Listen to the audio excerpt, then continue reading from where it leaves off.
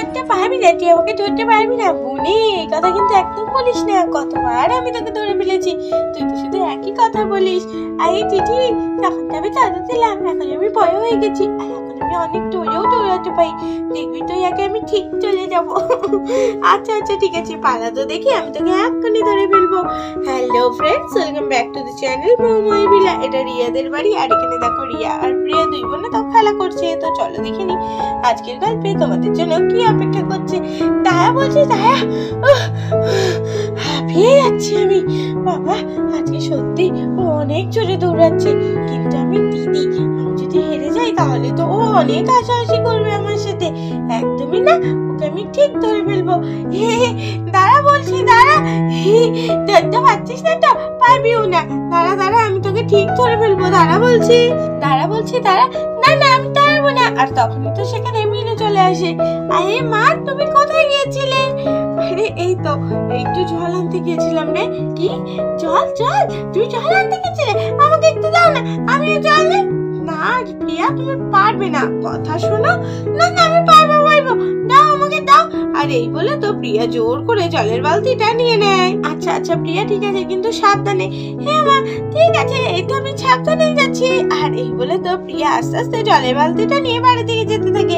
কি বুনি, তুই কি ভয়ে এই জলের বালতি এখন টানতে শুরু করে দিয়েছিস? কি ভাবলি আমি তোকে ধরে ফেলবো?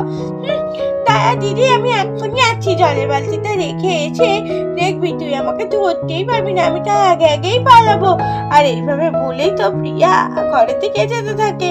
আরে প্রিয়া আস্তে আস্তে সাবধানে, জলের বালতিটা তো পড়ে যাবে। আর বলতে না বলতেই তো জলের বালতিটা প্রিয়ার হাত থেকে পড়ে যায়। এ বাবা, জলের বালতিটা তো পড়ে গেল। এই কথাটাই তো আমি তোকে বলছিলাম যে বালতিটা পড়ে যাবে, কথা একদম শুনিস না, তুই খুবই দুষ্ট হয়ে যাচ্ছিস, তোর ভালো লাগে না আমার এর জন্য। আর এই বলে তো মিনু সেখান থেকে রাগ করে চলে যায়। মা মা, আমি ইচ্ছা করে ফেলিনি মা, মা তো রাগ করে চলে গেল, কিন্তু আমি তো ইচ্ছে করে ফেলিনি। কি বুনি, খেলা ছেড়ে মাকে গেছিলি সাহায্য করতে, যেটা পারিস না সেটা করতে যাস কেন?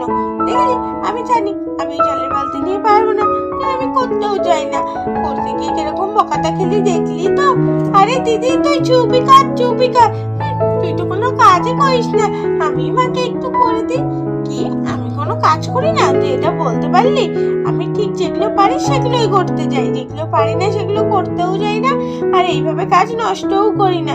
আচ্ছা আচ্ছা ঠিক আছে, হয়েছে, ছাড় তো, তুই বাজে কথা বলা বন্ধ কর। দি দি, তোর কথা আমি কোনোদিনও শুনবো না। যাই মায়ের রাখতে আগে ভাঙাই। মা, ও মা, চলো না মা, আমি একটু করে ফেলিনি। খুব দুষ্ট হয়েছে মেয়েটা, মেয়েটার জন্যই আজকে এরকমটা হলো। আর বলতে বলতে তো মিনু খুব রাগ করতে থাকে। আর দেখো তখনই মিনুর পায়ে লেগে যায়। উফ, পাটাও লাগলো। উফ বাবা, পায়ে কি জোরে লাগলো। এই ব্যথাটা তো আমি শুধুমাত্র প্রিয়ার জন্যই পেলাম, কাজের কাজ তো কিছু হলো না, উল্টে ব্যথাও লেগে গেল, ধুৎ ভালো লাগে না। এই বলে তো মিনু রাগ করে ঘরে চলে যায়। আরে আরে, মা তো পড়ে গেল, কিন্তু মা মা দাঁড়াও, মা তো দাঁড়ালোই না। এই পাথরটার জন্য পড়ে গেল মা, না এই পাথরটা আমি এখনই এখান থেকে সরিয়ে রাখবো। ওই বাবা রে, একটু বড়ই আছে পাথরটা, আমি তো সরাতেই পারছি না। আমি ঠিক আস্তে আস্তে এটাকে কষ্ট করে ঠিক আমি সরিয়ে রাখবো। এই পাথরটার জন্যই মায়ের লেগেছে, এই পাথরটা কিন্তু এখানে রাখাই যাবে না। আর তারপরে তো প্রিয়া অনেক কষ্ট করে সেই পাথরটাকে সরিয়ে রাখে। সেই মুহূর্তেই মিনু আবার ফিরে আসে। এই বালতিটা নেবো, বালতিটা নিতেই ভুলে গেছি, রাগের জন্য তো তাড়াতাড়ি করে চলে যাচ্ছিলাম, কিন্তু যেটা যাচ্ছিলাম সেটাই তো হলো না, আবার জল আনতে হবে, যাই দেখি। আর তখনই তো মিনুর চোখে আসে প্রিয়া। আরে প্রিয়া ওটা কি করছে? এই রিয়া, উনি কি করছে রে? ও মা, ওর কথা আর বলো না, ওই যে পাথরটাই তোমার পায়ে লাগলো, সেই পাথরটাই এখন দেখো ওখান থেকে তুলে ফেলতে গেছে। কেউ এই বেকার খাটনি খাটে বলো তো? ও মা, তাই নাকি? আমার একটু লেগেছে বলে ও পুরো পাথরটাই ওখান থেকে সরিয়ে দিচ্ছে, যাতে আর কোনোদিনও আমার না লাগে। ও, আর আমি মেয়েটাকে কতই না বকাঝকা করলাম। যাই যাই, ওকে গিয়ে একটু আদর করে আসি, তাতে বরঞ্চ বালতিটা এখানেই থাকুক।